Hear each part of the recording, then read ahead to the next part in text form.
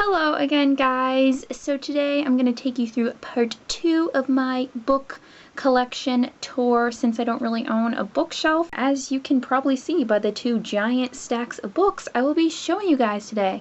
So there's really no organization to these 2 stacks. Sorry for getting kind of crazy with the camera, but I will show you what I have. So this stack was originally just to be a place where I kept my series. You know, I don't really know. Now it's just kind of become completely discombobulated. But the first 2 books I have are the 2 books in the Mouse series, which are both graphic novels and just really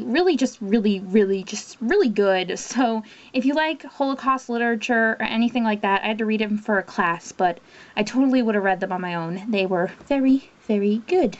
The next 4 books I'm sure you guys have never seen before because they're totally rare and no one has ever read them. Ha ha ha ha, I'm hilarious. So we have my 4 Twilight Saga books here. We have Breaking Dawn, Eclipse, New Moon, and Twilight. Yeah. Beautiful.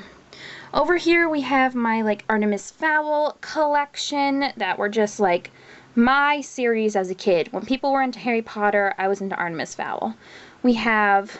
I don't actually, I haven't read the last few books in the series, so up to here is where I've read. So we have the first book in the series, which is just Artemis Fowl. Then we have Artemis Fowl and the Arctic Incident, Artemis Fowl and the Eternity Code.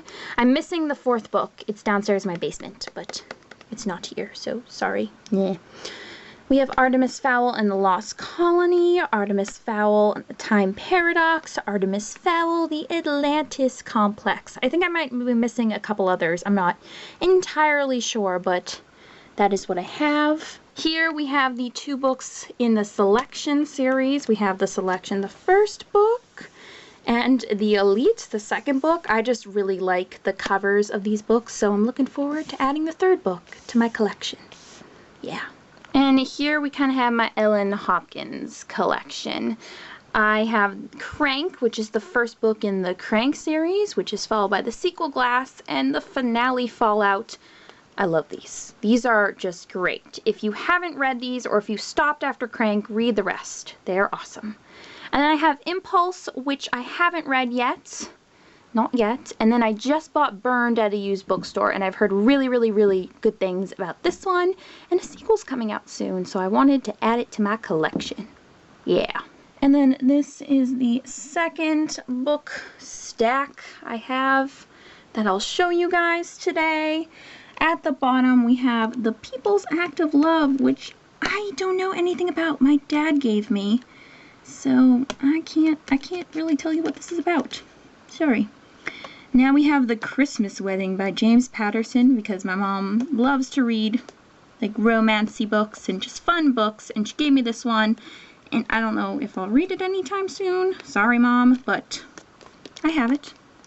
Next we have The Knife of Never Letting Go, which is so hyped right now. I just had to buy it, and I don't know when I'm going to start it. I was hoping to start it this summer, but I didn't, so oops. Next we have Delirium by Lauren Oliver, which I'm sure you've all heard of. We have Sarah Dessen's The Truth About Forever, the only Dessen book I own. Still haven't read. Oops. Now we have The Fault in Our Stars, which is my unautographed copy, because I just had to have 2 copies. Yeah. And then we have Looking for Alaska, which is also incredible.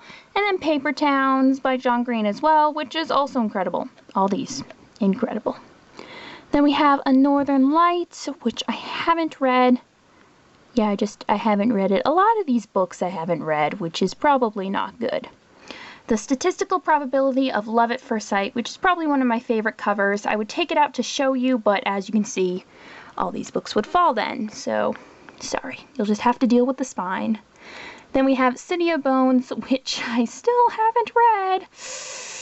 Then we have Beautiful Creatures, which... yeah.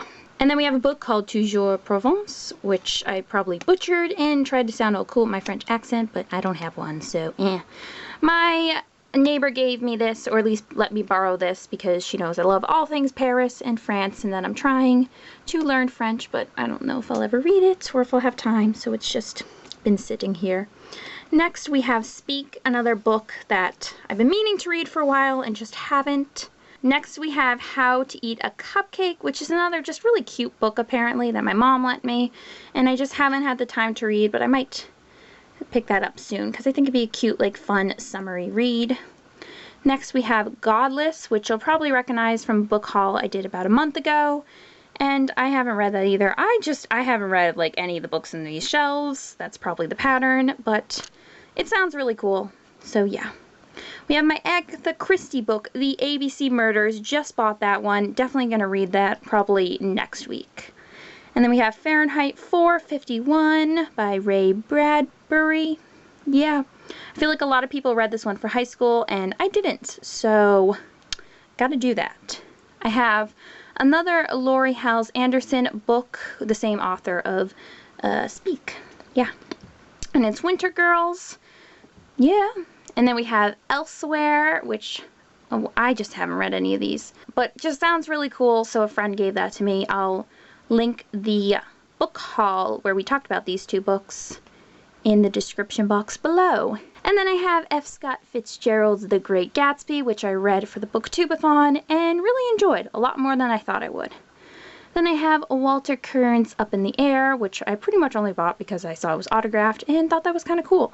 And then we have Lolita by Vladimir Nabokov. I think that's how you say it. I'm probably going to read this one next week as well because it's just been a book that I've been looking like everywhere for. And I finally found it, so now I just want to read it before I lose motivation to do so.